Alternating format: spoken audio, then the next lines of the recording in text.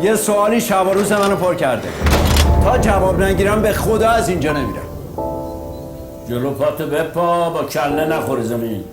یه سوالی شب و روزمو پر کرده، خوشش میاد. اگه فردا رفتن دادگستری قسم قضاوت خوردم، اگه قاضی بدی شدم و آدمای بیگناه مجازات کردم، تقصیر شماست. اون دنیا جلوتون رو میگیرم. جلوی منو برای چی میگیری؟ برای اینکه میتونستین و هیچ کاری برام نکردین. برای اینکه میدونستین و هیچی بهم نگفتین. اگه میخوای بدونی، این 3 کلمه‌ای که بهت میگم یادت نره. عشق، عشق، ایمان، مرگ.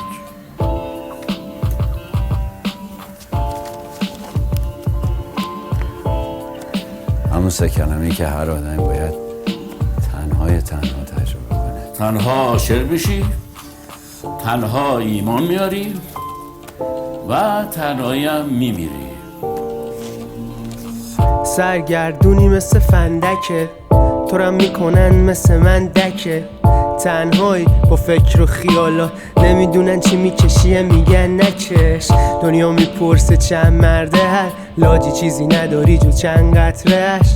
حاجی داری میشی شرمنده ته، کی میخوای رهاشی از بنده تنهایی.